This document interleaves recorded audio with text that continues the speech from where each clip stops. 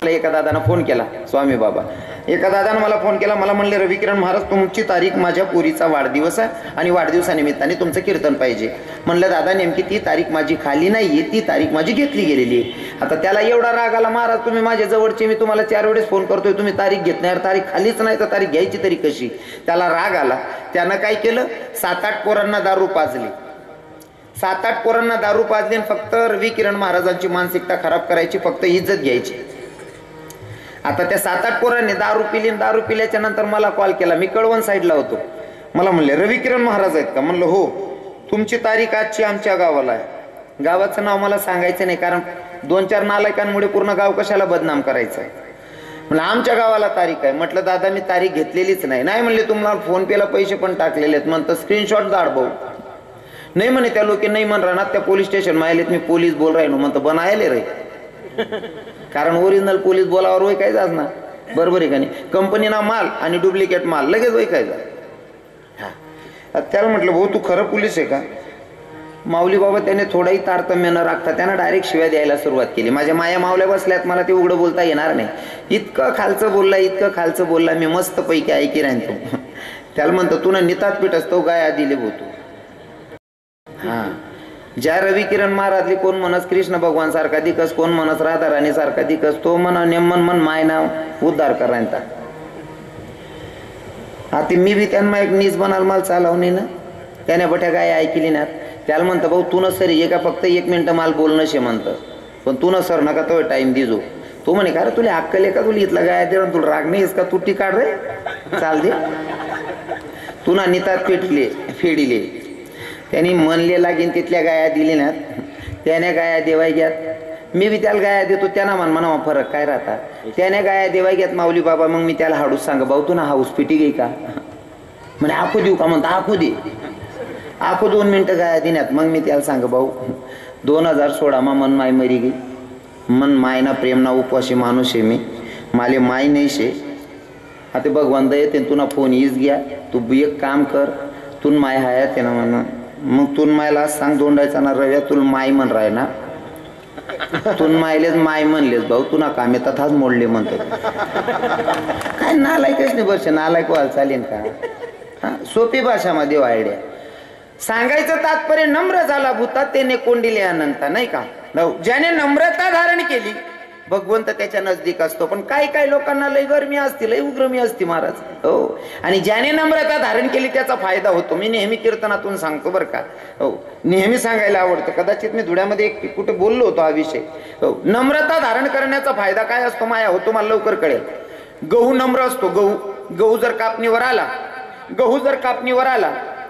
गहू कापणीवर आहे आणि समजा कोणी जवळच्या नातेवाईकाकडे लग्न आहे, तुम्ही जर लगीनमा चालना घ्यात 8 दिवस नंतर वावर मावनात गहू खाली पडजास का, पडीन भी ते उंबी सकट पडस, लोम सकट पडस. बरोबर आहे ना. म्हणजे नंतर सरा करतायस, त्याला उचलतायस नंतर ती उंबी. बरोबर आहे की नाही. म्हणजे गहूनी नुकसान होत नाही. इथला नम्र आहे ना, मग त्यांना बेनिफिट बी काय रास. त्या गहूनी कुरडाई जर बनावस ना मन माय, त्याला पाणी मा बिन झाडत 4 दिन लगून आंघोळ घालस त्या गहूनी. हा, 4 दिन लगू आंघोळ घालस मन मोक्या. हो, 5व्या दिनले त्याला वाटी काढस आणि आपण 5व्या दिनले ती चिक पुन्हा पाणी मा बिन झाडस. काही माहितली चत्री रास ना, त्यांना मग बरफ टाक दे साकू, पांढऱ्या शुभ्र येवाल पाय बोकुरडा. खरं आहे ना बहिणी सोन. बाकी नाही बाय माय हो महाराज कितलं बारीक माहिती आहे. महाराज का कुला बनावसो माहिती, पांढऱ्या शुभ्र आल्या पाहिजे म्हणून बरफ टाकी देतेस मन माया बरफ. आणि कुरडाई बनवण टाइमले व्यवस्थित कुरडाई बनावस आणि उचलान टाइमले बी काकडा सुटाल नको, अशी व्यवस्थित उचलस आणि डबामा ठेवस. कितली इज्जत आहे. तयान टाइमले बरोबर तेल मस्त येस, कितली इज्जत आहे माडी. बरोबर आहे का नाही. हो, गहू नम्र आहे म्हणशीन त्यानी इज्जत आहे. चला उडीदच कडे, उडीद तोडणीवर आहे बा आणि व्याई मरी घ्या. 8 दिन आपले 10 क्रिया विधी लगून ततच राहणार 10 दिन आणि 10 दिन पुरा करीस नाही वावर मावनात. उडीद अक्का सापडस का बहिणीसो. तो तव तड अंग टाक देस. कोण. हा, उग्रा आहे तो. उग्रास ना धंदाच राहतो.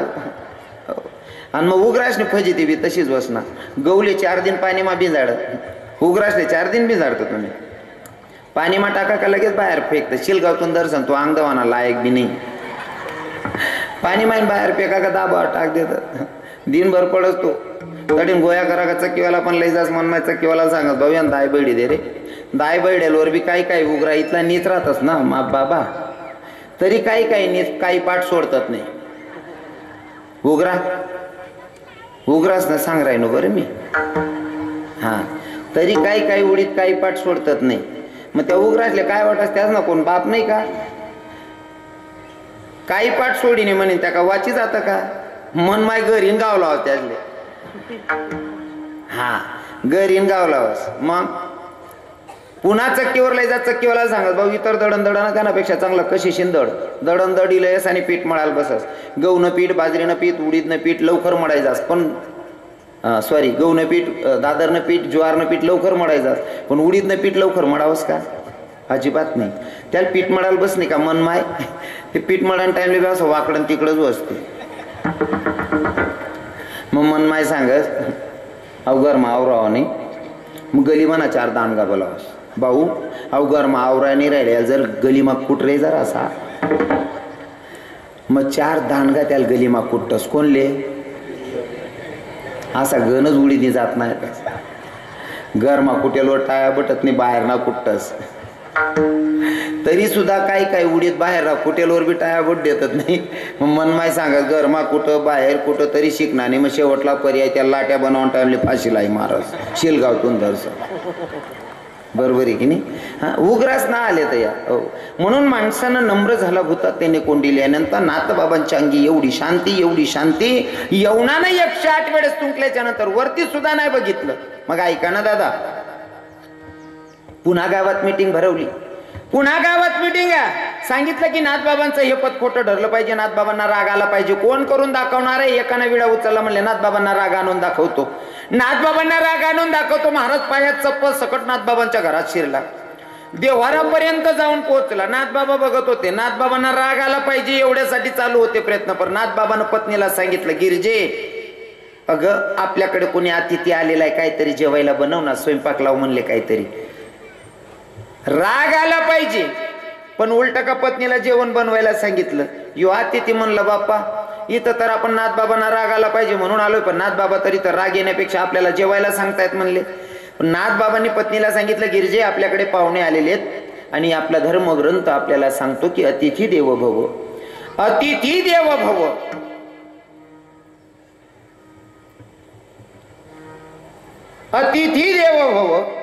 या युक्तीप्रमाणे आपल्याकडे येणारा पाहुणा आपल्यासाठी भगवंत आहे त्याच्यासाठी काहीतरी स्वयंपाक लाव आणि तुम्हाला सांगू का अतिथी देवच असतो आपल्यासाठी आपल्याकडे येणारा पाहुणा आपल्यासाठी देवच असतो फक्त येणारा पाहुणा देव सारखा पाहिजे हो येणारा पाहुणा देवच रास पण येणारा बी देव सारखा पाहिजे कारण अतिथी देव भव हाही शब्द कोठे लागू पडस पहिल्या दिनले राहणार तर बरोबर आहे दुसरा दिन आग्रदरा म्हणून राही घ्या ते बरोबर आहे कारण आपला जुना लोकेशनी म्हणे पाहुणा कितला दिनना चांगला रास पहिला दिनना पाहुणा दुसरा दिनना पै तिसरा दिनले राही घ्या तुम लाज कधी गई बरोबर आहे का नाही हो येणारा पाहुणा आपल्यासाठी देव रास पण त्याला लिमिट आहे हो 1 दिन 2 दिन 3 दिन समजा दुडामा जर एखादा डॉक्टरने ट्रीटमेंट चालू शे आणि मग आपले 15 दिन नाही महिनाभर जरी राहणं पडस होई अजिबात चुकीनं नाही गरज आहे म्हणून राहिना ते वांदा नाही पण बाकी ना नेतातील कुशाल कामे धंदा आवरानात का ब्यागा बरी निघे तर काय हो ऐकत आवतात काय नाही हो वावर कामे आवरा घ्यात मग असा जीव करायला 15 दिन दुडामा राही वर घर चिलग राही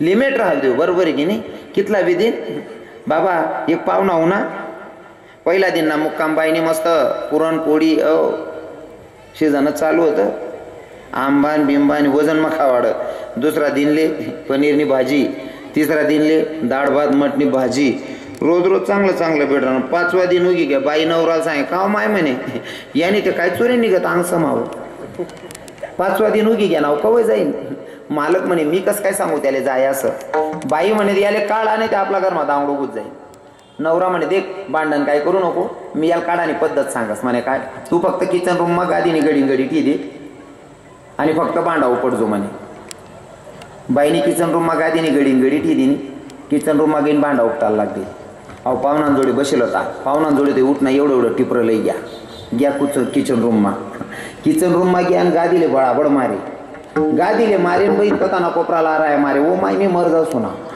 नका ना मी मर जाऊ सोना. अहो गादील मारे ती माहिती ती आराया मारे.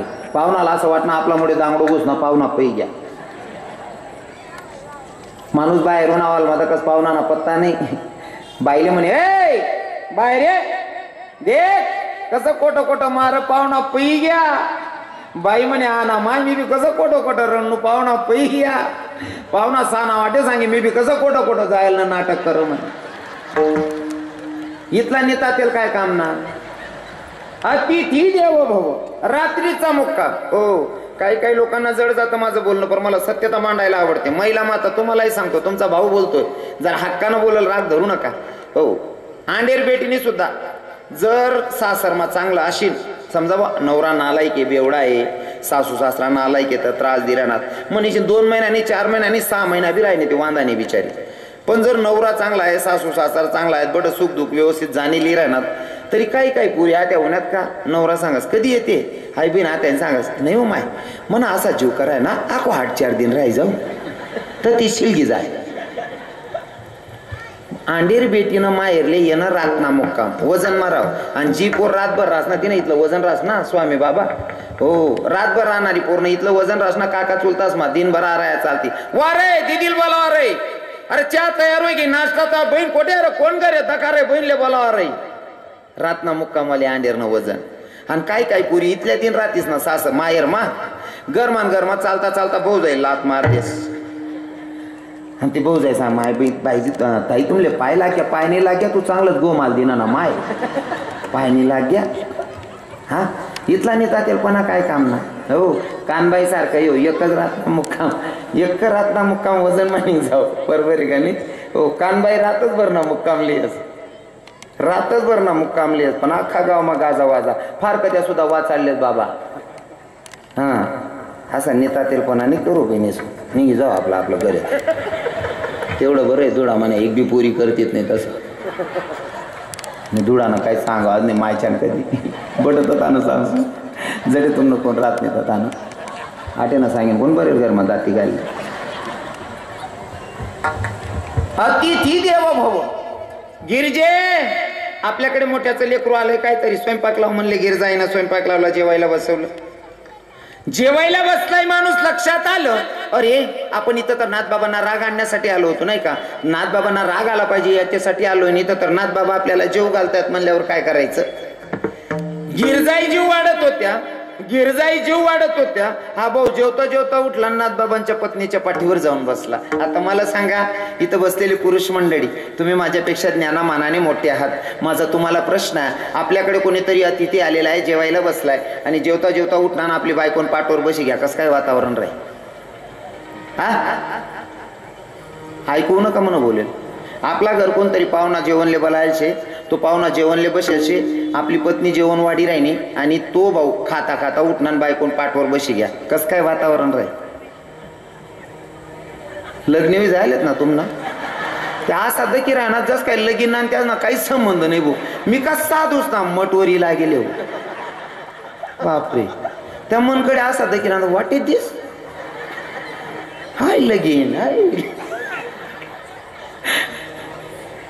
लगीन लगीन लगीन.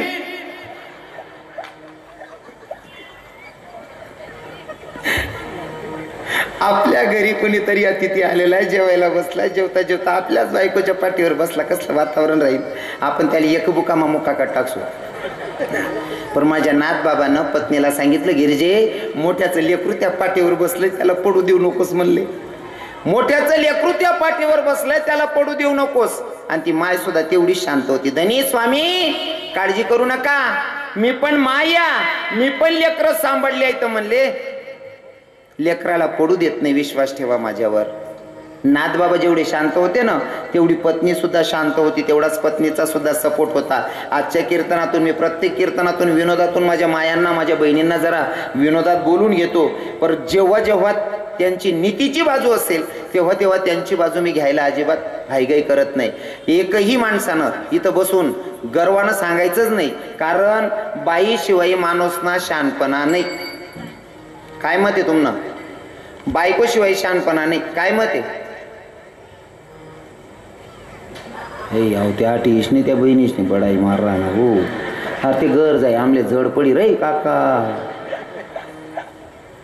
पर सत्यता तर मांडावी लागणार आहे नाही का. बाईशिवाय माणूस न शहाणपण नाही. माऊली बाबा समजा अक्षय तृतीया असेल, भाईबीज असेल, दीपावली असेल, काही त्योहार असेल, गावाची यात्रा असेल, बाहेर गावी गेलेले मुलं जर गावात आले, एखाद्या मित्राने बघितलं की माझे सगळे मित्र आहेत, गावात राहणाऱ्या मित्रानं बाहेर गावाचे पोरं बघितले, बाहेर गावाला कामाला गेलेले पोरं गावात आलेले, त्यानं पत्नीला फोन करायचा, ऐक ना माझे मित्र आलेले आहेत जरा 10-12, मी त्यांना चहासाठी आणतोय. मित्र येतात तोपर्यंत बाईनं पाण्याचा ग्लास हातात द्यावा, मित्र बसले तोपर्यंत चहा किंवा दूध आणून द्यावं आणि मित्रांच्या समोरच नवऱ्याला विचारावं, तुमच्या मित्रांना विचारा ना नाश्त्याला काय बनवू का. त्या 10 मित्र 100 ठिकाणी चर्चा करतात, अरे काय भाऊसाहेबनी बायको आहे हो, काय बिचारी माऊली हो, लक्ष्मीश्य हो. अरे नुसतं मित्रही राहणार तिथलं सांगेल वर बिचारीने चहा बी तयार होती, पाणी तयार, आपण नाश्ता नाही विचार राहील ती काय बाई समजदार आहे भाऊसाहेबनी. ते भाऊसाहेबनी इज्जत वाढणी आहे कोणामुळे, बाईमुळे, बरोबर आहे की नाही. पण समजा एखादी बहीणने आमले दत्त आज न कीर्तन करीन आम्ही मुक्कामे दुडाल थांबीच गोत माऊली बाबा, काही प्रॉब्लेम होणार गाडी ना म्हणा काय, रात्री थांबी गोत सकाळी मग आम्ही बटा महाराज चौक मा उभा येतच गाडी येस्तव लगून एखादा भाऊने आमले देखो आणि आमले देखील बाईल फोन करू नाही रातना कीर्तनकार महाराज त्या गायनाचार्य बटा महाराज लोक राय जायले त्यासले चालेलं येऊ का घर. ती बहिणी तथाय ना सांगू कोणता करत आलेला राय ना तू आखो समजिलो यानगर मा आखा कुंदा आहे. म्हणजे इज्जत वाढवायचं महिला मातांच्या हातात आहे. जर बाई समजदार असेल तर माणसाची इज्जत वाढते. हो समजदार बाई असेल तर माणसाची इज्जत वाढते आणि बाई शिवाय माणूस ना शहाणपण नाही. आपले पक्का विश्वास आहे. विठ्ठल विठ्ठल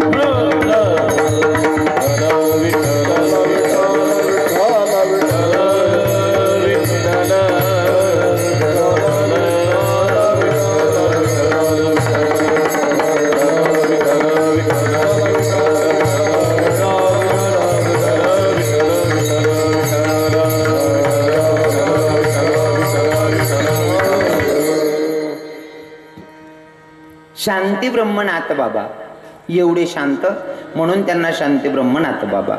अर्थात ते नाथ बाबा या अभंगातून भगवंताच्या प्राप्तीचा उपाय सांगतात. जर भगवंताची प्राप्ती करून घ्यायची असेल ना तर त्याच्यासाठी पर्याय व्यवस्था. उदाहरण म्हणून सांगेल, जर तुम्हाला आमदाराला भेटायचं असेल तर अगोदर पीएला भेटावं लागतं. जर मोठ्या डॉक्टर साहेबांना भेटायचं असेल तर अगोदर कंपाऊंडर दादाला भेटावं लागतं. जर प्रिन्सिपलला भेटायचं असेल तर शिपाई काकांना भेटावं लागतं. मग मला सांगा, जर प्रिन्सिपल सरांना भेटायचं आहे, सरांना भेटायचंय, हो हेडमास्तरांना भेटायचं असेल तर आपल्याला अगोदर शिपाई काकाला भेटायचंय. जर आमदाराला भेटायचं असेल तर अगोदर पीएला भेटायचंय. जर डॉक्टर साहेबांना भेटायचं असेल तर अगोदर आपल्याला कंपाऊंडर दादाला भेटायचंय. मग मला सांगा ना, जगाच्या मालकाला जर भेटायचं असेल तर मध्यस्थी कोणीतरी असणं गरजेचं आहे की नाही. मध्ये कोणीतरी आल्याशिवाय जगाच्या मालकाची गाडी भेट कशी होईल. अजून सांगतो, पटवतो, ऐका. रुक्मिणी आई साहेबांना भगवंत कृष्ण भगवंत पती म्हणून भेटले. रुक्मिणी आई साहेबांना पती म्हणून कृष्ण भगवंत भेटले. जरी रुक्मिणी आई साहेबांचं तप होतं, अंतकरणापासून देवाबद्दलची हाक होती, पण जोपर्यंत सुदेव नावाच्या ब्राह्मणानं चिठ्ठी द्वारकेपर्यंत सोडली नाही तोपर्यंत द्वारकेचा राजा पती म्हणून भेटला नाही. सांगायचं तात्पर्य एवढं, जर भगवंताची गाठभेट करून घ्यायची असेल तर मध्यस्थी संत असणं गरजेचं आहे. जोपर्यंत संत नाही तोपर्यंत भगवंताची प्राप्ती नाही. पण संताशिवाय भगवंताची प्राप्ती नाही. या पण संत ओळखायचे कसे? कारण आता बऱ्याच ठिकाणी अशी फसगत चालली. माझ्यासारख्याने पांढरे शुभ्र कपडे घातले की तुम्ही लोक संत म्हणतात. मी संतच आहे का ही पूर्ण इन्क्वायरी आणि जाणून घेणं गरजेचं आहे. नाहीतर पांढरा कपडाच मग बराच दिखाले पांढरा शुभ्र दिखतच पण आत गैरा काया राहतच. बरोबर आहे ना. हो, म्हणून तर आपल्या जुन्या लोकांच्या काही काही म्हणी आहेत ना, जे संतांनी लिहिले ना तशा म्हणी सुद्धा खऱ्या आहेत. बरं हा, दिसतं तसं नसतंय, दिसतं तसं नसतं म्हणून तर जग फसतं. विठ्ठल विठ्ठल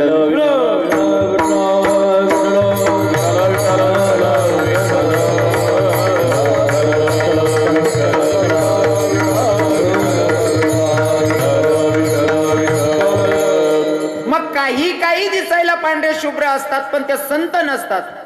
भरपूर प्रमाणात देता येतील. इथं महाराज लोक इथं आमचे माऊली बाबा असतील, स्वामी महाराज, इकडे आमचे माऊली बाबा असतील, यांनी जर प्रमाण द्यायला सुरुवात केली या विषयावर तर एक एक जण 100 प्रमाण देऊ शकतस.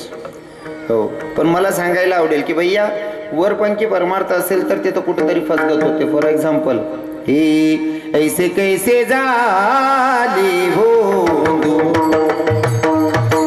ऐसे कैसे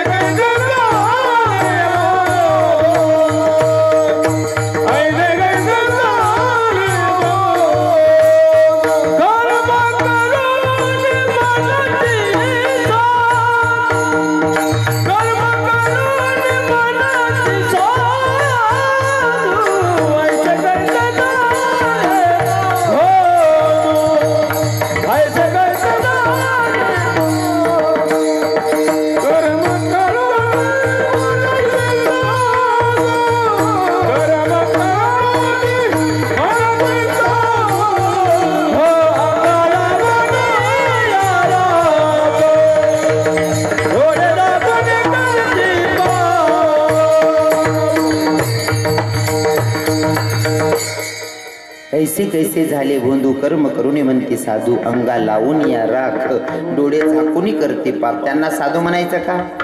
हो, एक उदाहरण म्हणून सांगेल. पाण्यामध्ये उभा राहणारा तो दव्याबरोबर दिक असतो, बगळा. दिकाल कसा आहे? पांढरा शुभ्र आहे, दिसायला पांढरा शुभ्र, पाण्यामध्ये उभा राहतो, एका पायावर उभा राहतो. दिसायला पांढरा शुभ्र, एका पायावर उभा राहतो. त्या कीटकांना असं वाटतं जणू काय हरिद्वारचा साधू चालेला, इतका भारी उभा राहतो तो एका पायावर. बगडा बी केले ना तुम्ही, पाणी मा उभा राहतो. हा, दिखाले दव्या बरोबर उभा राहताना बी एक पायावर उभा राहस. त्या कीटकांना त्यांनावर विश्वास करलेतच.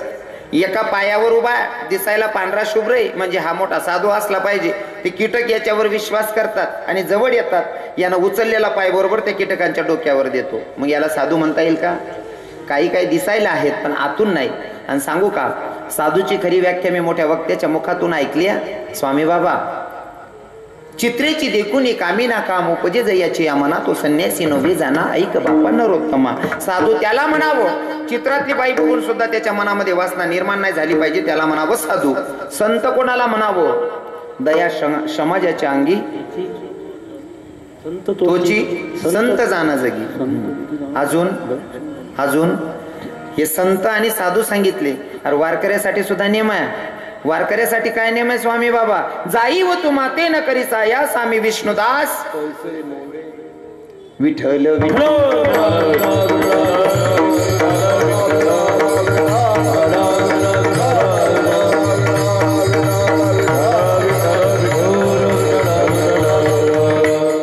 मग दिसायला पण खरा साधू नाही किंवा खरा संत नाही. आणि खरा संत जर आलाच आपल्या जीवनामध्ये तर आपली ओळखण्याची दृष्टी आहे का? कारण कधी कधी असं होतं, मोटरसायकलवर जाणारा बहीण आणि भाऊ असतो, पण ज्याच्या नजरेत पाप असतं तर तो लफडावाला म्हणेन मी मोक्या जास विठ्ठल विठ्ठल.